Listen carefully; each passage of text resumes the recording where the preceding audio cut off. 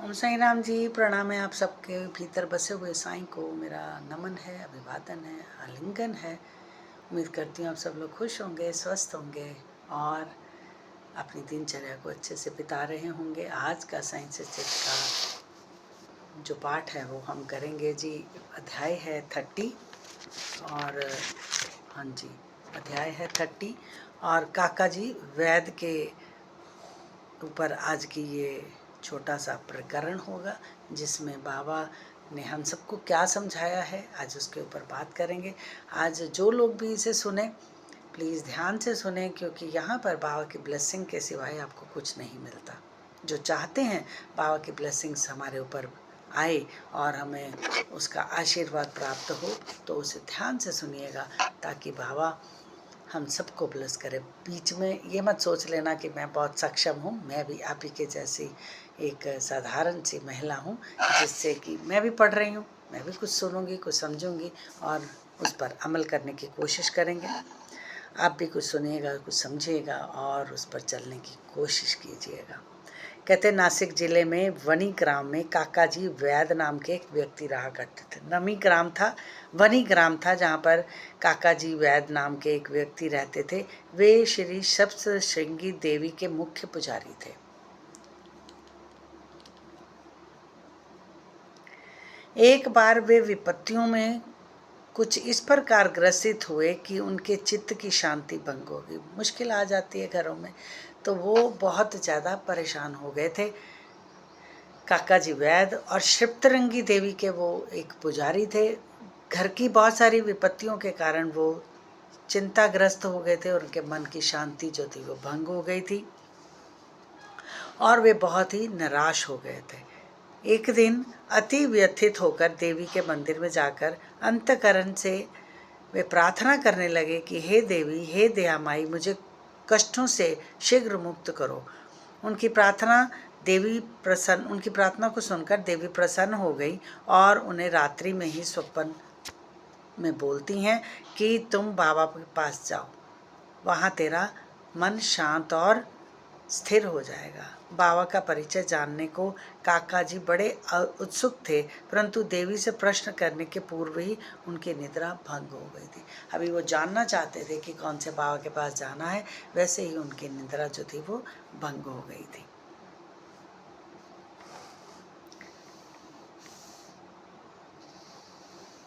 वे विचारने लगे कि ऐसे कौन से बाबा हैं, और देवी ने मुझे संकेत किया कौन से बाबा है जिसके पास मुझे जाना चाहिए। कुछ देर विचार करने के पश्चात उन इस निष्कर्ष पर पहुंचे कि संभव है कि त्रिकम्बेश्वर शिव ही हैं।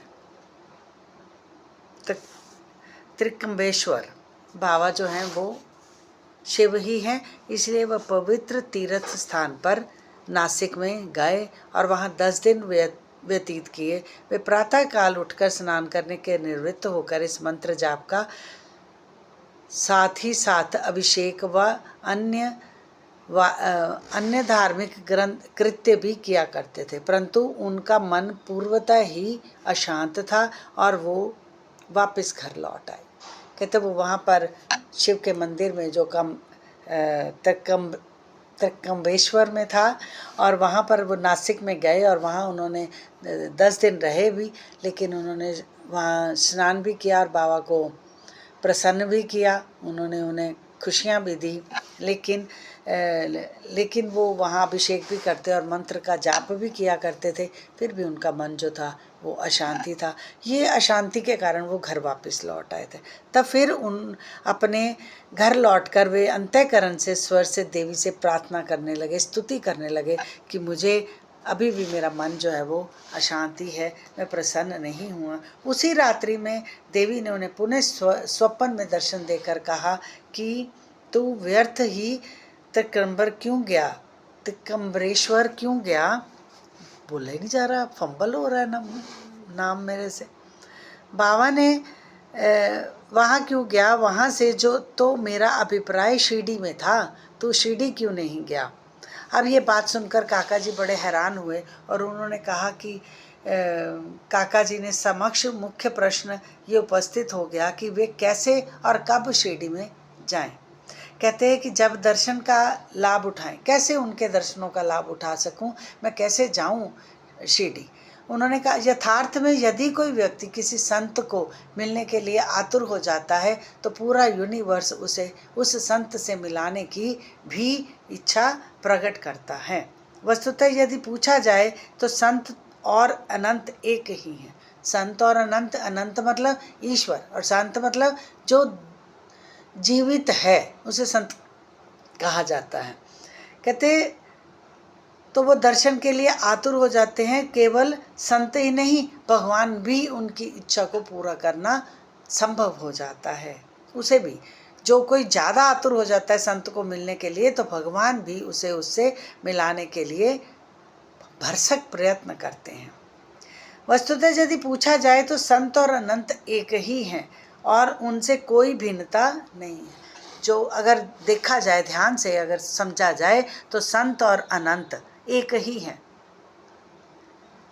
संत तभी बनता है जब ईश्वर संत के भीतर विराजमान हो जाता है, तभी वो संत बनता है, अगर वो संत बन ही नहीं सकता। संत वो होता है जो दूसरों के कष्टों को दूर कर सके और उसे जना सके कि वो उसी के भीतर एक परमात्मा भी बसता है।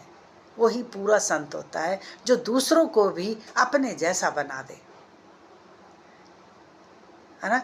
जिसने उसका साक्षात्कार किया होता है वही दूसरों को साक्षात्कार कराने में सामर्थ्य रखता हो, वही पूरा सद्गुरु कहलाता है। इसीलिए उसे कहा गया संत और अनंत एक ही हैं, अभिन्नता नहीं है इनमें। अगर आप सोचो कि मैं संत के पास जा रहा हूँ तो व्यर्थ में अपना टाइम वेस्ट कर रहा हूँ, नहीं भाई, जब तुम संत के पास जा रहे हो ना, वो तुम्हें ईश्वर के दीदार अपने भीतर से करवा देता है, क्योंकि वो इतनी सामर्थ्य रखता है आपको भी उससे मिलाने की, तभी वो पूरा सद्गुरु कहलाता है। आगे क्या कहा उन्होंने, उनमें से कोई भिन्नता नहीं है। यदि कोई कहे कि मैं स्वतः ही अमुक संत के दर्शन को जाऊंगा तो इसे गिरे दंभ के अतिरिक्त और क्या कहा जा सकता है। अगर कोई सोचे कि मैं खुद ही ईश्वर के संत के दर्शन कर लूँगा तो ये नीरा दंभ है, मतलब अहंकार है। इसे सच मत जान लेना, ठीक है। जब तक ईश्वर नहीं चाहता आप उस संत के पास पहुंच नहीं पाते, और जब तक आप इतने आतुर नहीं हो जाते तब तक भगवान आपके लिए उस व्यवस्था को प्रस्तुत नहीं करता। दोनों चीज़ें, तीनों चीज़ें साथ चलती हैं। गुरु से मिलना हो, आपके अंदर उतनी आतुरता हो, अगर उतनी आतुरता है तो भगवान भी आपके लिए वो सारी रचना रच देते हैं उस तक पहुंचने के लिए। अगर आप चाहो कि मैं खुद संत के पास पहुंच सकता हूं तो ये नीरा दम्भ है, नीरा अहंकार है। उनकी सत्ता के बिना वृक्ष का एक पत्ता भी नहीं हिल सकता। जब तक ईश्वर ना चाहे कोई भी पत्ता हिल नहीं सकता। जितनी तीव्र उत्कंठा संत दर्शन की होगी तदनुरूप ही उनकी भक्ति और विश्वास में वृद्धि हो जाएगी, उतनी ही शीघ्रता से उनकी मनोकामना भी पूरी होगी। जो निरंतर देता है वह आदर आतिथ्य का प्रबंध भी करता है। काका जी के संबंध में सचमुच ऐसा ही हुआ। क्या कहते हैं, जिन उनकी सत्ता के बिना एक वृक्ष का पत्ता भी नहीं हिल सकता। ये बिल्कुल सत्य है। जब तक वो ना चाहे आप किसी संत के दर्शन नहीं कर सकते।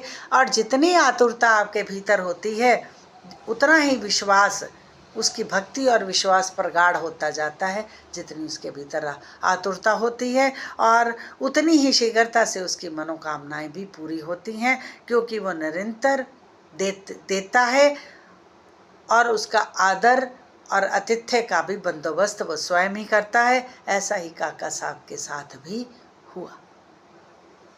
जितना विश्वास आप प्रभु पर रखते हो उतनी ही जल्दी वो आपकी मनोकामनाओं को पूरा करता है। इस अध्याय में इसका सार इतना ही है कि आप अपने हिसाब से कुछ भी नहीं कर पाते हो। जो वो चाहता है वही होता है, और जो वो होता वही है। जब वो चाहता है तो फिर इतना आडंबर क्यों, इतना परेशान क्यों? जब वो चाहता है वही होता है, फिर रोना धोना क्यों? सहजता से बैठ जाओ, वो खुद ब खुद आपके सारे कामों को करने की ताकत रखता है।